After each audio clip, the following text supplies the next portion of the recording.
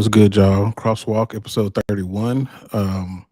Tons to talk about. NFL playoffs, college football playoffs, UFC, a ton of stuff. But before we get into it, I'm Jax. That's Cross. What's going on, bro? Bro, I'm doing well, man. Trying to stay warm over here. I hope you're doing well, and hope everybody in the chat, whoever's in here. I know Grimey's in here. Appreciate it. Shout out to Grimey in the chat. But yeah, Oh, I'm doing, bro. How about you? I'm doing pretty good. What Grammy say? Is this a new intro? No, same intro. hmm Same intro. I'm straight, man. So this is episode 31. So do you have number 31 that pops into your head when you hear that number?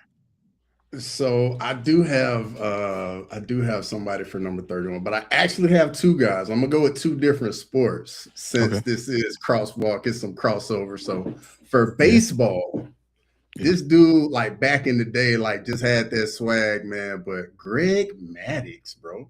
Oh, that's a good one. That's a Yeah, good yeah. one. Cy That's a Young good one. winner, Hall of Famer, and Mhm. just could swing it a little bit. Wasn't the Yeah. most athletic, but I mean, seeing him now like on commercials and like even little interviews he does, man, I still like Greg Maddux to this day. Yeah. And then Yeah. my Yeah. my number two is I went football and I went Jim Brown. That's a good one. That's a good one.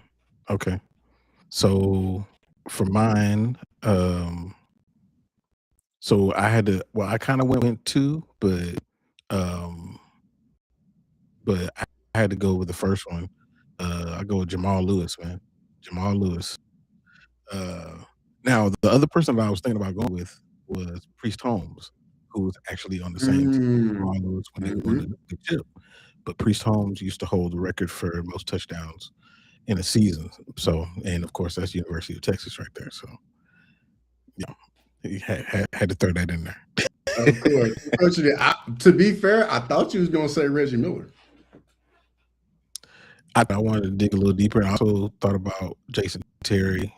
He was hmm 31 at one point. So, but football was on my brain, so I won football. Yeah, Cool. Jamal Lewis on Madden was unstoppable for sure. Yeah, bro. Like him and Ray Lewis on the same team. I can only imagine the collisions at like OTAs and training camp, bro. Mm. Yeah, ridiculous, absolutely ridiculous. You already know. So hmm you want to jump into UFC, NFL, or college football first? Let's jump into the NFL. I mean, it was the most recent. Let's jump into the NFL. Okay, so NFL, obviously wild card weekend. Did you get to see all of the games, or just like some of them, or what? Bro, I watched every single one. Phenomenal weekend of NFL football, by the way. Phenomenal. The games are amazing. We really only I say probably the Pats and Chargers game was probably like not the best one, but outside of that, the Yeah, other games are phenomenal. yeah. I mean, every game except for the Pats and what Chargers won was within 4 points, which is hmm crazy. But when I watched the Bears game, the Bears Packers game, which to me, I think that one was the most exciting. At least to me, it was. But I mean, if somebody picks another game, I don't fault you for that. But I will say, and I don't know if I sent it to you. I think I did. That for Caleb Williams, and I've been talking like I don't know about Caleb. I'm not sure about Caleb. I think I'm sure about Caleb now. I think I'm sure. I think he's legit, man. Like he's for real, for real. But what did you get out of that Packers game? That Packers Bears game? I'm gonna be honest, man. I thought the game was over with. Like I was one of those people. I was like, it's done. It's done. I think it was like Hmm. 21-3 or something like that. And for me, like the Bears couldn't really get anything going. And I'm just like, the Packers, they're gonna have opportunities just to eat up some clock. The offense can pretty much do what it wants to do. But Hmm. then, man, Hmm. like the drops were the biggest thing for the Packers. Yes. And I don't know if you saw. I know I definitely sent it to you, but the clip of all the Packers fans that were like live streaming it and their Hmm. reaction to it as it's happening, Yes. you can just see the anxiety come over their face, man. It was Yeah, man. phenomenal finish though. It really was, man. And that pass that well, first of all, both of them were actually throwing some dots out there. Hmm. Um, even though Jordan Love lost, his team lost, he definitely, came to play. I mean, he made a few Hmm. mistakes here and there, but I mean, I feel like he just didn't have enough time to get to the throws that he wanted, and obviously there were some drops. But Caleb, man, that pass that he dropped in when he was kind of going to fading to the left on one foot, dude, Hmm. I was like, that's a crazy throw. That's an Yeah. amazing throw. And that throw right there, I was like, I think I'm in on this now. I'm in on the Caleb Williams experience. Yeah, that's the thing about Caleb, man. He has the ability to make those plays that very few people on the planet can make. And I Yeah. think for him, it's going to be more so like he can't live on those splashy plays, like the plays he has to make. Get more Mhm. consistent on those, and then the splashy plays, just let those happen. But for me in this Yeah. game, man, I feel as though like Green Bay gave this game away. I don't feel as though this was all Mhm. on Chicago just coming back. For me, it was Green Bay just giving the game away. Yeah. It was a lot of, the momentum. It just rolled Hmm. all the way the other way, and they just kind of let go of the rope. Um, I don't really have a lot to say about the Patriots and Chargers game except for um, it didn't it didn't make me more impressed by the Patriots. It was more so that the Chargers just don't have a line at all. Like they Hmm. have nobody that Hmm. can predict anything. Yep. And the Patriots did what they were supposed to do, but like I'm not super impressed by them, at least from this game. Yeah, man. I think I saw it on social media today, but the Chargers, I think they have like four offensive linemen who are like the last like four in like in the player score where like they grade like the players. Oh yeah, like And PFF. exactly, Mhm. exactly. And Justin Herbert just couldn't get anything accomplished. I mean, he was 19 to 31 for 189 yards, and that's going to be tough trying to get a win when that's what your franchise quarterback is able to do. And it wasn't all on him, honestly. No, it wasn't. It wasn't. And they have some roster moves that they need to make in order to be successful because they're gonna run this dude into the ground. Like, I mean, him running for his life and getting hit so many times, trying to do everything. It just reminds me of David Carr, Derek's brother, Hmm. Hmm. and what happened with the Texans. Like, I see a very similar path, unfortunately, but hopefully they get the line together. But the way that they look like the worst team in the playoffs to me. Yeah, it was tough to see because I mean, like Herbert's been hearing it like he hasn't been able to get over the hump, and just got no help from his offensive Hmm. line, unfortunately. Yeah.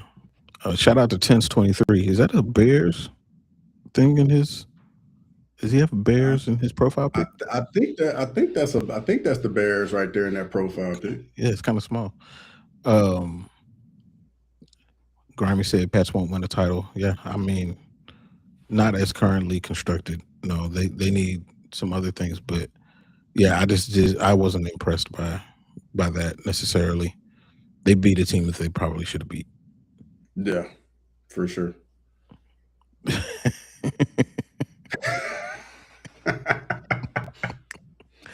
Everybody's good, bro. Everybody's good. Doing Um, well, doing well. so yeah, speaking of white men, let's go to the Bills and Jaguars. Josh Allen turned into Superman, put the cape on, Hmm. and got it done. Um, but I mean, it was almost unfortunate that the Jags had to play the Bills because they had such a good season leading up to this. It's not like they got blown out or anything like that. They made this a really, really good game, and Josh Allen had to put on his cape to win it. But what did you get from this particular game? Just like you said, I mean, Josh Allen literally put the team on his back. Trevor Lawrence just wasn't ready to take that next step. I mean, threw two picks, and they were costly. Um, but I will say this though, for Jacksonville, like there's a lot of good energy down there. Very young team, got some talent, and I mean, I don't think this is. Hopefully, this isn't a loss to where the franchise goes back into the tank. Hopefully, this is something that they can go into the offseason, make a couple moves. The team comes into training camp hungry, ready to go, and they can get back to the playoffs next year. Yeah, I think that with Jacksonville, where they run into issues is after they have a successful season, which I definitely think this was a successful season. They end up letting some people go, and they're not the top, the top players, but they're the ones that actually glue the team together, Mm-hmm. and they end up falling apart and having to restart all over again. Hopefully, Mm-hmm. they figure that out and don't let the actual heartbeat of the team get away. Because I mean, they definitely have some good. They didn't even have Travis Hunter for a massive part of the season, and Mm-hmm. I know that he would be somebody that would help, especially as far as like receiving and in the defensive secondary. So like they were missing some things, and they still got this far. So hopefully they don't fall apart. Yeah. But And with it being not like a big market, like it's hard for them to pull in like those big free agents to go to Jacksonville. yeah, that's true. Not quite a destination yet. Mm-hmm. Um, Here's a game. I think this game made me the most happy. The 49ers beat the Eagles 23-19. Unfortunately, George Kittle tore his Achilles. That Mm-hmm. sucked. Man, and did you see him getting carted off? Like, did you see how his I so demeanor when he was? so I mean, Yeah. when they showed the replay, like I was like, Mhm. yeah, that's definitely an Achilles. And at that point, man, you just feel awful. And I know I sent it to you. I don't know if you had a chance to watch it, but the whole conspiracy theory with the Niners and all the injuries. There's a conspiracy theory. Yes, bro. So their stadium and practice facility is literally like right next to like a an electrical substation or something like that. And supposedly that's why like all these players get injured because like it has an effect on like their ligaments and tendons and Mm, all that. And I mean it's a whole thing, dog, for real. that's crazy. No, I ain't heard of that. That's crazy. Yeah. I Yeah. mean, something's got to be going on, man, because they can't keep anybody healthy at all. And all these But Achilles injuries too. it seems like there's been a massive rash of Achilles injuries, like within the past year and a half, maybe. Like Longer than it's that. just it's spiked up. Like what's going on? I don't know. I mean, literally, it sounds like you kind of feeding into the conspiracy theory, honestly. I'm just saying. I'm just saying. It makes sense. But yeah, like I said, I sent it to you. You'll have to check it out and let me know what you think, though, Yeah, I for real. need to check that out. Um, James Dillon's talking about the Texans. Before we get to Texans, the Rams Panthers game, that was such a good game. Mm-hmm. Such a good game. And again, it just shows how exciting the Panthers are, man. Even in a loss, like they're an exciting team. Like I said, I expected them to lose, but I figured it was going to be an exciting game. And I don't know how they keep on doing this, but I and mean, then it's just the young nucleus of talent they got. I mean, I'm finally glad to see Bryce Young doing his thing in the NFL. And they put up like a yeah, crazy stat. Like 12 of his like 14 wins are like comeback drives that like he had to orchestrate. So you like to see him start to, get his feet underneath him. But I mean, hmm he gave his chance his team to lead at the end of the game, and then Matthew Stafford, being that guy he is, leads the Rams down the field for the game winning touchdown. And you just got to tip your cap to Matthew Stafford, man. In those situations, that's man, true. big time players step up in big time situations. Yeah. Do you think he's going to win the MVP? I think the way Drake may play in the opening round sealed it, and then Stafford having like he played well, and then having the drive to go win the game. I think Stafford's gonna win MVP. So technically, votes are all cast, and it's over with before the playoff game started. Like you have to do that. So based on that, I think that they're still going to give it to Stafford. I think so. Which I would prefer. But you never know with the voters, man. You never know the media types that are making these votes and stuff. But I think the Stafford's probably the right way to go.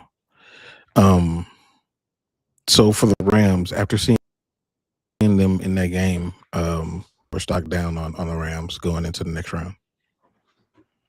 I'm gonna say I'm not.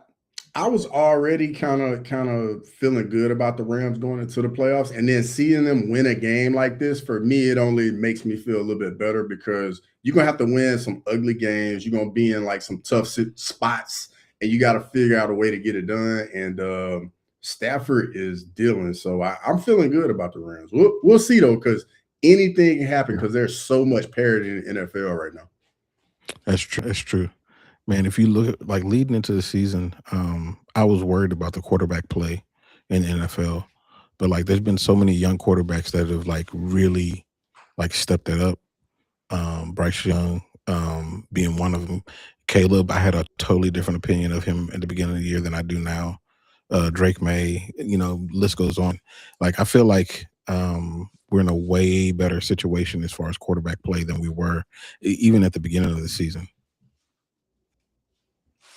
Yeah, you can definitely see it. I mean, I know all the numbers are down pretty much everybody, and I think that's more so the defenses have started to catch up to like this modern offense. Because I mean, for a while it was literally just all offense, and now we're starting to see these modern defenses and all this cover four, all this quarters, and it just makes it very hard on the quarterbacks to be able to read the coverages they're looking at. But yeah, I'm glad to see these young quarterbacks are developing.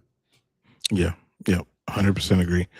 Do you think I saw this question asked somewhere? Do you think the quarterback is the most important position in team sports?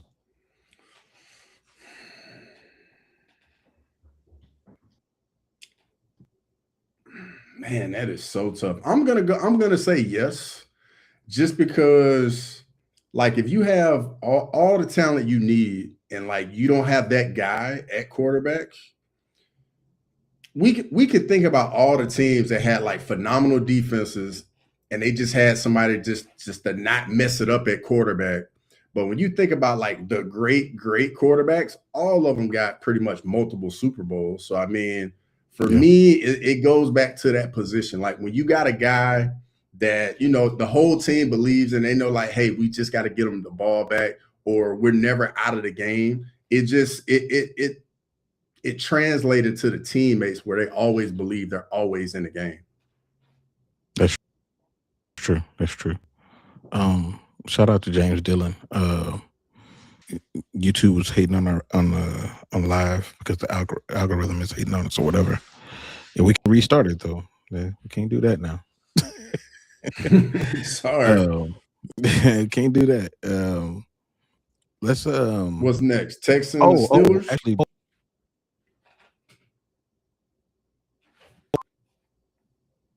I missed you went out for a second. Should be working now. All right, yeah, I got you. Is it working? Cool. All right. The quarterback thing. I actually don't think the quarterback is the most important position in team sports. I actually think it's whatever star player there is in basketball, because you play offense and you play defense, and you can impact more than the quarterback can the other side. Even though the quarterback is super, important, I would say it's number two. But I think a star player on a basketball team's a little bit more important. But anyway, we were going to college football. So yeah. No, we gotta get the Texas Steelers tonight. We got to touch on that too. Oh yeah, dude. You see how I forget about the Texans? I ain't worse than. But what's up, Lazy? Yo, what's going on, Lazy? Always good to see you, brother. Interesting. That's interesting. Yeah, Lazy. I saw you in Morning Combat's chat earlier. But so yeah, the Texans and the Steelers. What are you thinking is going to happen here? Man, I think the Texans are going. I think the Texans are gonna get after Aaron Rodgers tonight. Like that defense for the Texans, like the two edge rushers, both corners, that defense just really gets after you. They don't really have to blitz much. Will Anderson, Daniil Hunter, they just pin their ears back and they just hunt. On the flip side, though, I mean the Steelers do get DK Metcalf back. I think that's going to be huge for them.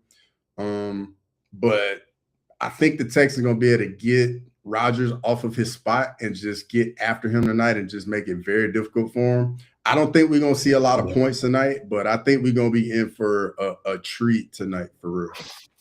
Yeah, I agree. I think that, unfortunately, I think the Texans are going to show how old Aaron Rodgers really is. He won't be able to escape the pressure coming from both sides. So, yeah, I'm going to be. And I think that they might be a little bit better than the Chargers, but that's another team that just snuck into the playoffs. That's, creating a scrimmage game for the Texans.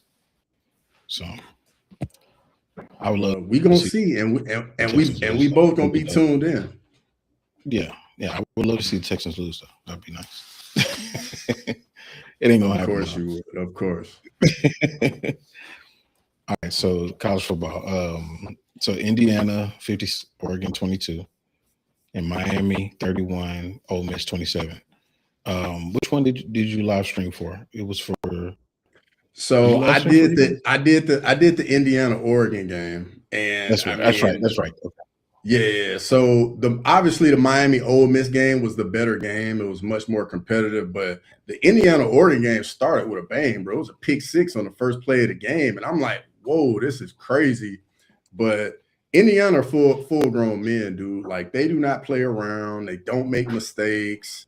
Like they show up and it's just business as usual. And they get it done, man, for real. Like, I think it's about that time we start having to talk about Dan Lanning in big games. Like he's starting to look like the guy that just got fired at Penn State that went to go to Virginia Tech, James Franklin.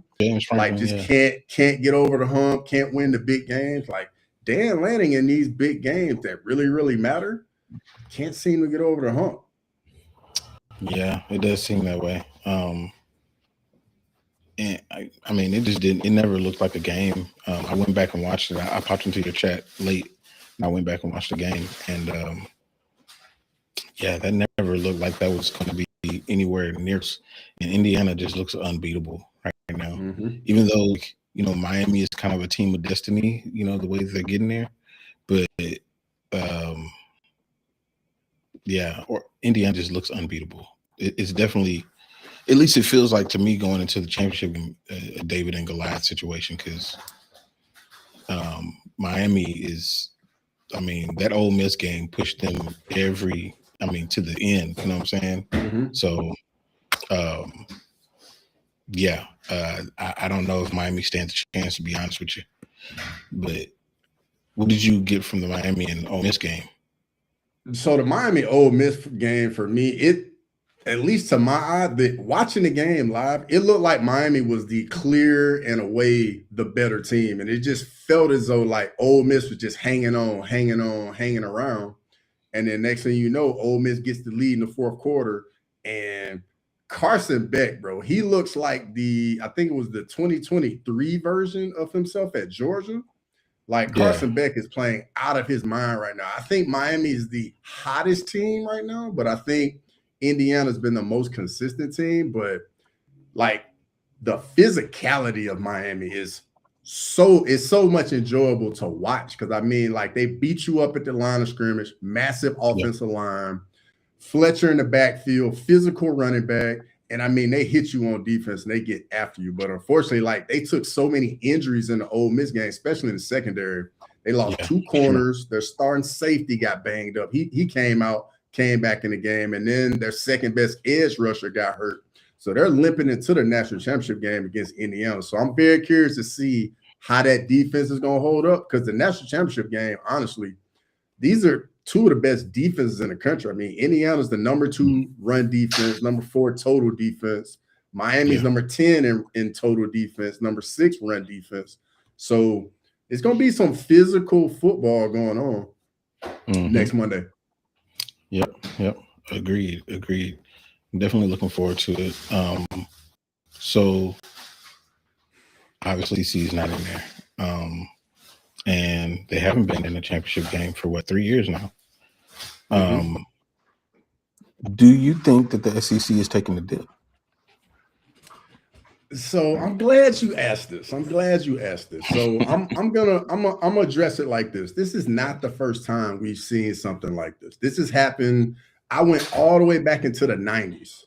There were 3 years in the 90s where the SEC didn't win a championship. There were 3 years in the 2000s where the SEC didn't win a championship. And these are consecutive years. And in the 2010s, it was 2 years as well. So we've seen, time periods where, the SEC isn't getting it done. But I'm just going to go at it like this.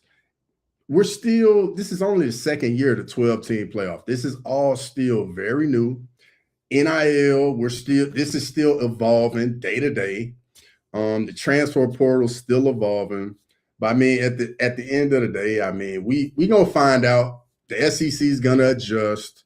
But I will say this though: the transfer portal and NIL has definitely spread the talent out a lot more, and it makes all the games more competitive. Like those games where you just come in and you just know before the game even starts, it's gonna be an easy win. Those days are in the past. And it makes for, a more stressful viewing experience for the fans. But it's definitely good football, though. And shout out to Grimy. I know he loves this segment of the show right here, talking about the Big Ten. And, hey, the Big Ten's on top right now. I got no problem giving the Big Ten their flowers. Enjoy it while it lasts, because we know in the SEC it just means more.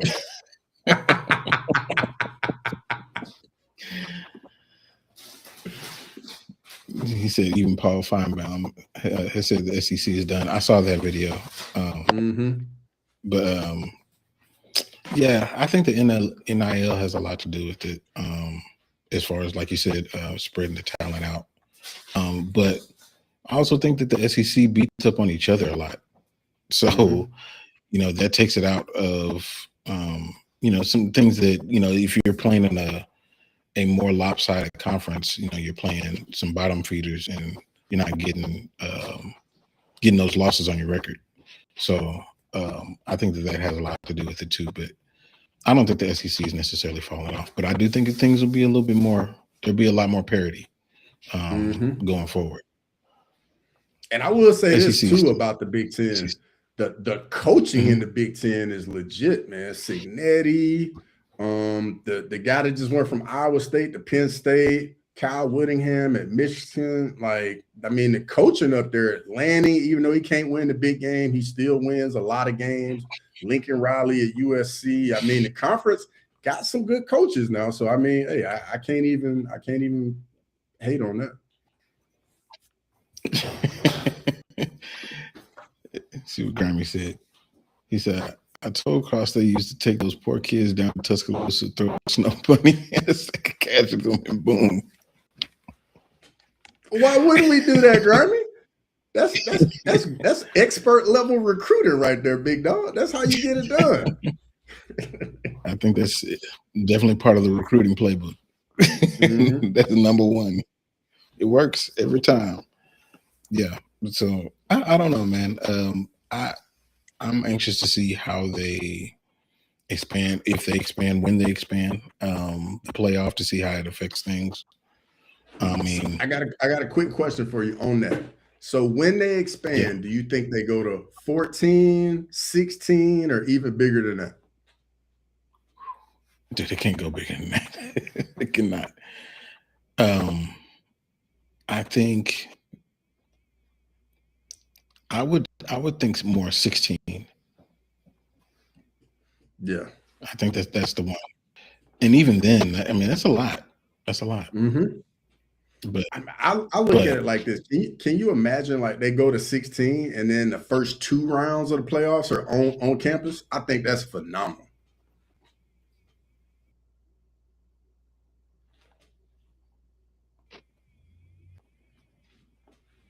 You there? I think you went out for a split second. Yeah. Yeah. Internet. What you say now? I said, can you imagine like the first 2 rounds of the playoffs being on campus instead of like we get 1 round on Ooh, campus and then they go to neutral sites? that's what they should do. That's exactly what they Yeah. should do. Now that's going to Because bro, devalue the bowl games even more.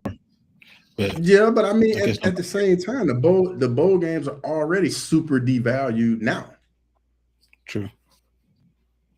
Yeah, it's very true. Yeah, I mean, I don't see nothing wrong with that. That totally makes sense to me. Because the atmosphere of the on campus games is just you can't beat it.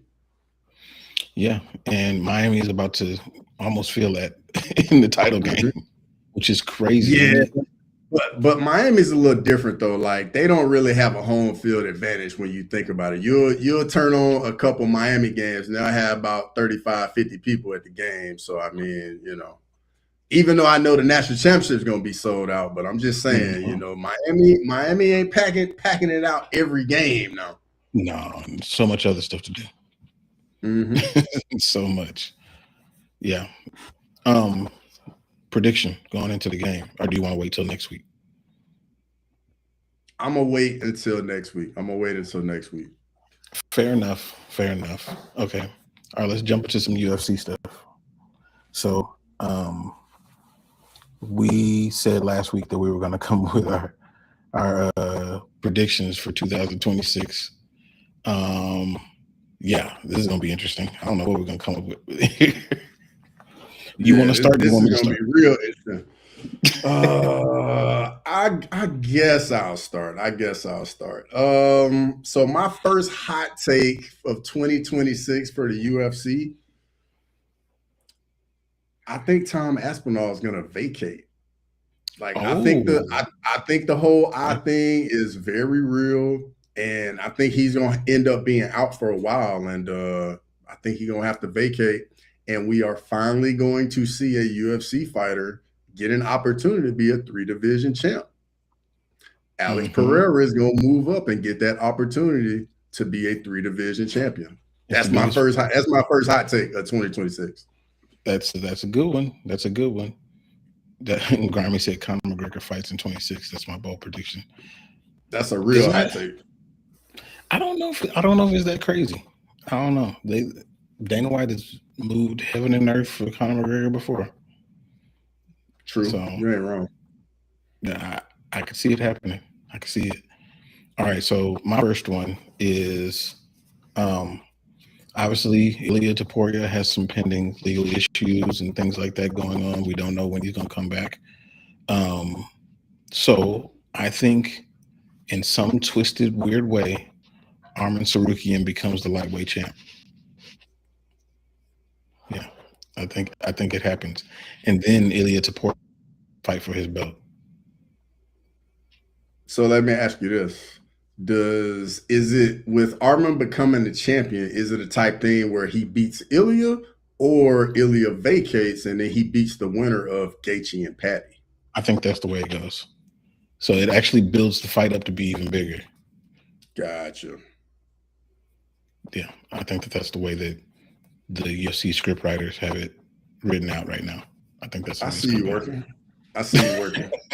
So my number 2 hot take, and I know this one probably gonna shock you right here, but my 2026 UFC hot take is Ilia Topuria will lose his O in 2026. I think that's your bully.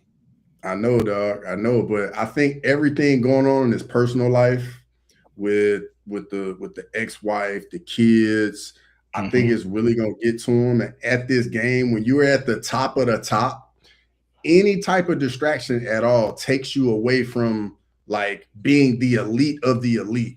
And we've seen with Arman Sarukian, like dude just went and dominated that dude in wrestling. We saw that not too long ago. Lance Palmer, and he's definitely the #1 contender at lightweight. And he's not a guy you can go in there with and be distracted in the slightest. And it pains me to say it. It pains me to say, and I hope I am so wrong about this, but I think Ilia Topuria loses that O in 2026. That's a good one, man. That's a really good one. Shout out to you, James. Appreciate you supporting. Every time, Grimy. The standard, man. All right, so my second hot take. It's not that hot, but I mean, it'll be noticeable to a certain extent. I think Paulo Costa officially leaves the UFC. Ooh. And I think that he ends up doing some of this, celebrity boxing type stuff. Mm-hmm. Yeah, that makes sense, especially with how his Twitter is. Yeah, I mean, his Twitter is dope. It's funny. Mm-hmm. Man, did you see that picture with Tracy Cortez? And I did, bro. I did see it. I did see it. Ortega. Mm-hmm. I did see it. That was so funny. And boy, AI is crazy. Yeah. So my third hot take. What you got? Third hot take. This one right here is just straight off the dome right here. So my third hot take. Nah, that's not even a hot take.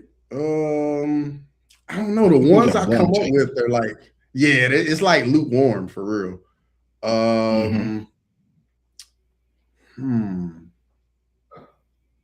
I'm gonna say, yeah, this is a lukewarm take, but I think Muhammad Mokaev is back in the UFC in 2026. That's a good one. No, we see you, James. We see you. Appreciate it on the production part. Appreciate that. No, that's not a bad take at all. And the division would be so much better for having him for sure.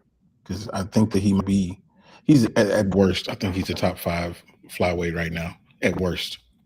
Hey, low key, this is probably like the best time ever for flyweight. Like flyweight is got so many guys: Van, Pantoja, Cop, Tatsudo Taira, like Moreno's still there. Yeah. Flyweight is at probably the best position it's ever been in right now. Charles Johnson. I mean, shout out to Charles Johnson. Yeah. I mean, they got so many people, but like they're people with personalities and that people want to follow their careers, as opposed to before when they had good fighters back then. Sergio Pettis, Joseph Benavidez, the guys like that, but their personalities weren't getting out there, and you didn't really know their story, and so it just didn't translate as well as these people do. So, but yeah, I think they would be a great time back. Grimy said Joshua Van loses his title in 26. I don't really think that's a hot take. That's not a hot take at all, because that could happen to Manel Cop or Tatsudo Taira, honestly. He said Snoop Dogg was high at Golden Globes. Yeah. Yeah. Ball Snoop in the building, dog. Ball Snoop in the building. All right, so my third one. It could be a hot take, but it could, I don't know. We'll see. So I said Volk, Usman, Izzy, and Dan Hooker retire. Yeah, I feel like that's a lukewarm take. All of them got to retire. Yeah, I think it's the last leg for Izzy, Volk. Izzy and Volk 100%, because I don't think Izzy really has anything left to fight for. Volk I could see Volk beating Diego, and then that next fight against like Lerone Murphy or Mobsar being like the last fight. I could see Volk going out like that. Yeah. Hooker. Hooker, who he about is it BSD he's about to fight at UFC 325? Yeah. Yeah, that could be a tough night for Hooker if BSD gets him to the ground. It could be. He gonna submit him if he gets him down. Did you see the back and forth with Dan Hooker and Bro, I saw it. And matter of fact, I was talking about it, and somebody was saying how was Dan Hooker out of line for what he said. I'm like, hold up. What Patty Pimlet said first was out of line. Like Patty Pimlet went low, and then Dan Hooker went to the basement. Game is game. Yeah, I don't blame Dan for that at all. Appreciate the sub, Ryan Anthony, and yeah, we do talk that, boxing. Ryan. We talk boxing when it comes up for sure. Definitely any combat sport.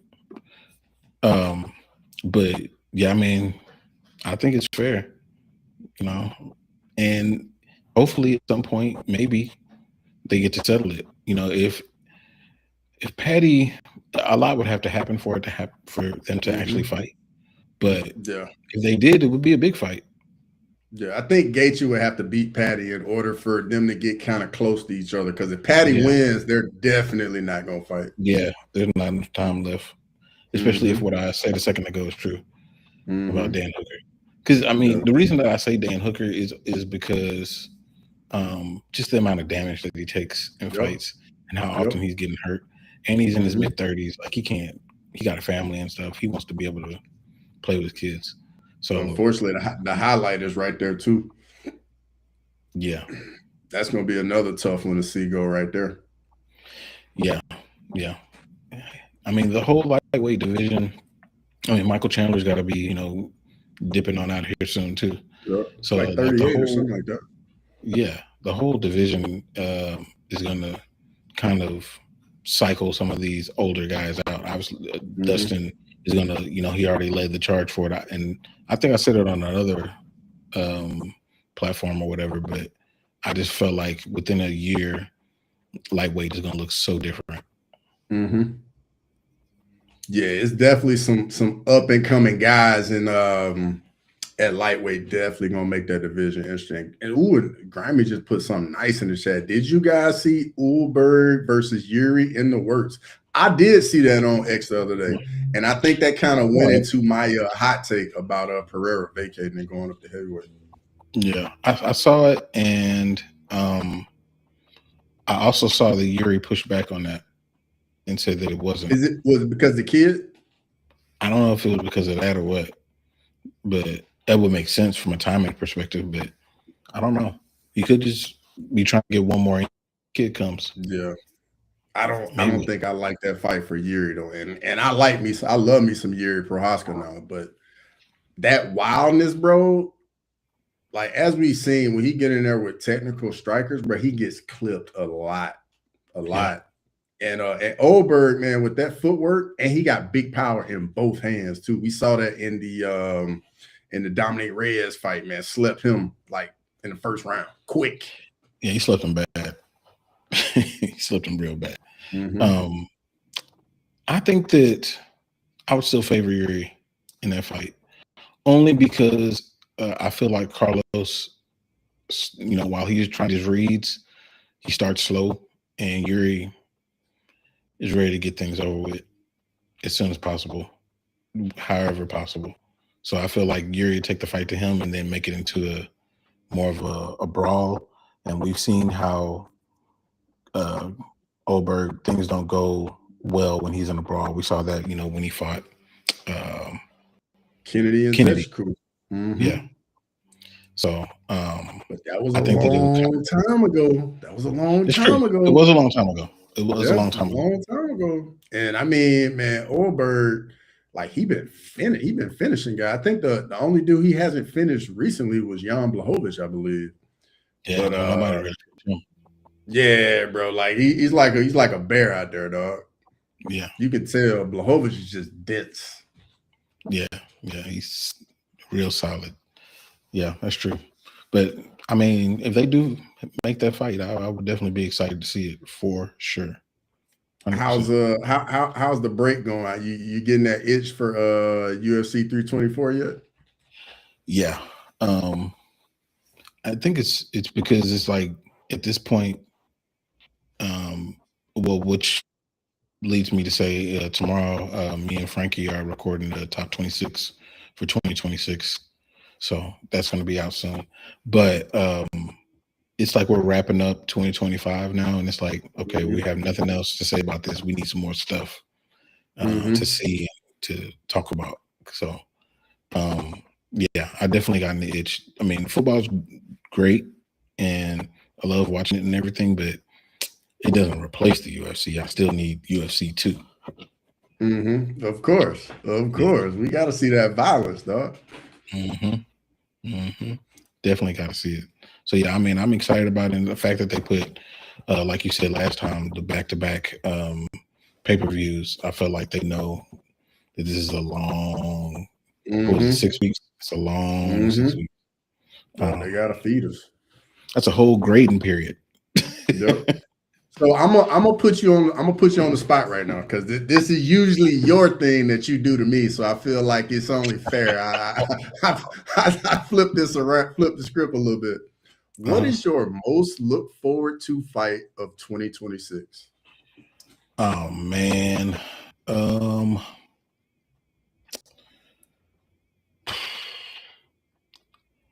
I'm going to say that I think,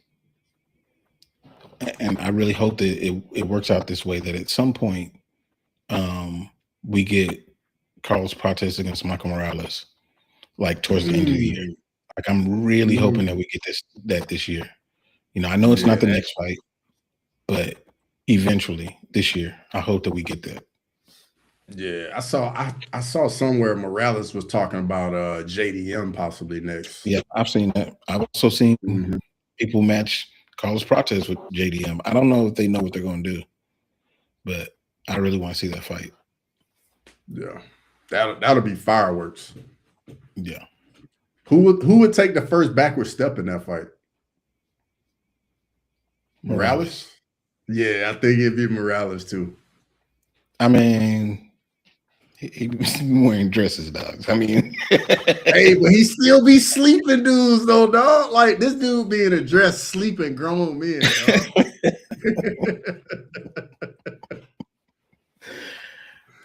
Yeah, I don't know. I don't know if Carlos can take a step back after that. Like he can't. Like you've seen it already. Nah, man, you gotta lock this dude down. But I mean, I think that they're both is huge for the division. And Carlos Prates isn't small either. But like, and then their styles, I think that Michael Morales is more versatile, a little bit more versatile, but he still wants to do the very same thing that Carlos Prates wants to do, and that's knock you out. So yeah, I think that would be amazing. In that matchup, I think Prates has a few more weapons. I think he's the better kicker.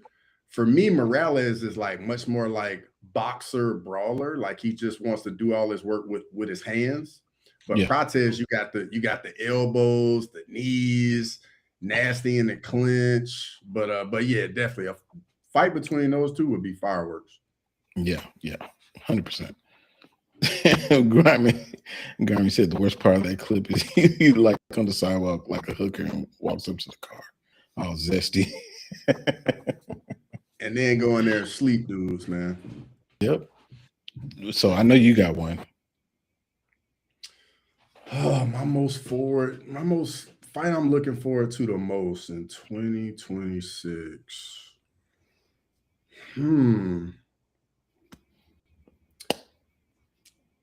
I'm gonna go a little. I don't think this is too likely just because of how long this one guy's been off. But Islam Makhachev versus Shavkat Rakhmonov. I think that'd be a phenomenal fight. Phenomenal fight. Yeah, that is another one. For Shavkat, it's almost like you wish he would get another fight before, because I mean, fighting the number one pound for pound fighter in the world off of an injury, I don't know about that. I don't know. Yeah, that's why I don't think it's gonna happen. But for me at welterweight, I think Shavkat is the most dangerous guy for Islam. I think so too. Yeah, I think so. And I do want to see that fight for sure. I hope that. I mean, all these things can't all happen because they're gonna cancel each other out at some point. Yep. But I would like to see that fight. I really would. So who is or is there somebody that is not a champion, never been a champion, that you think can get the belt this year? Somebody never been a champ that can get the belt this year. Yeah, because I mean, if we say like Mm, somebody who's not champion, can be champion, like that's got easy. one. I mean, Got one. yeah. Got one. Okay, who you got? Lerone Murphy can be a Ooh, champion okay. in 2026. And I definitely don't think it would be easy because I mean, I think at this point, he's probably gonna have to fight somebody. He's probably gonna have to fight Mavsar to get a title shot to fight the winner of Yeah. Diego and Vogt. But I personally think if that were to happen like later in the year, that could be like the farewell of Alexander Volkanovski. Yeah, I think that would be good. Yep, I got one. Manel Cop. Yeah, I can definitely see that too. Can definitely see that. Mhm. If he makes weight. If he makes weight. Man, there's no way he can do it. Jeez, man. He better make weight. He better make weight. Yeah. Was there another UFC one I had? Now that I think. Oh, before I, because we're getting close to the end, but for UFC events or whatever, are you gonna live stream the majority of the number cards? Can call them pay-per-views. For sure. I'm definitely gonna be live streaming the number cards 100%, man. It's too much fun, like chopping it up with everybody in the chat, man, for real. Yeah. I'm gonna try to do as many as possible. Grimy said Imavov could also be champion in 26. Hamza might move up. Maybe. Move up after just getting the belt? Because I mean, he's gonna fight his first title defense, probably gonna be Imavov. That's true. That's true too. And I think Imavov would get baptized by Hamza too. Yeah, I think so.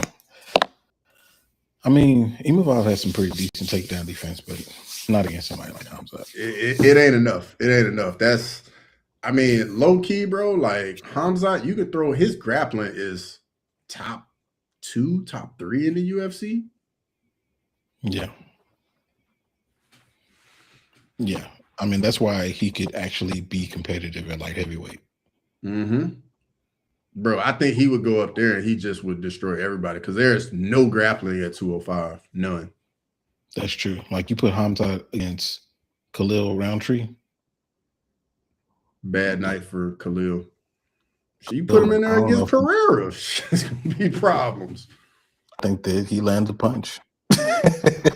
Maybe on the ground, but Hamza's just gonna take him down and do whatever he wants to do.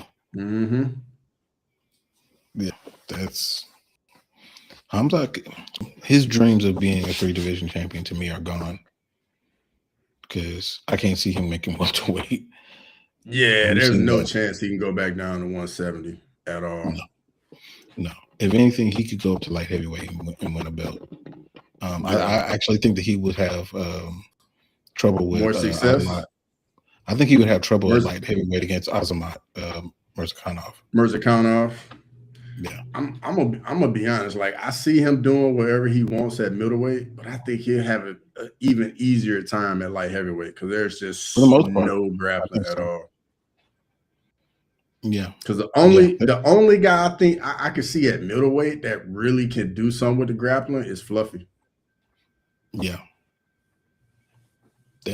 and hopefully Sean Strickland doesn't mess that up. Hopefully, because bro, I'm not trying to see 1,000 jabs anymore, dog. I'm not I just can't do it, man. I don't know how y'all do it, man. For real, just hitting that X button, just jab. Yeah, Grimy said he thinks that he would ragdoll everyone at light heavyweight. Yeah, for the most part, I think so. I agree. Cool, man. So, are you ready to start doing your recording your pre-fight stuff? Like that's coming up soon. Like you didn't have some time off. It's been kind of nice having the time off and just doing the streaming, but it's another element. Got to get back to it, but I'm looking forward to it. And you know what I got coming up, I'm probably gonna try and stream NFL game this weekend. Probably maybe on Sunday. We'll see. Don't quote me on it. I may or may not.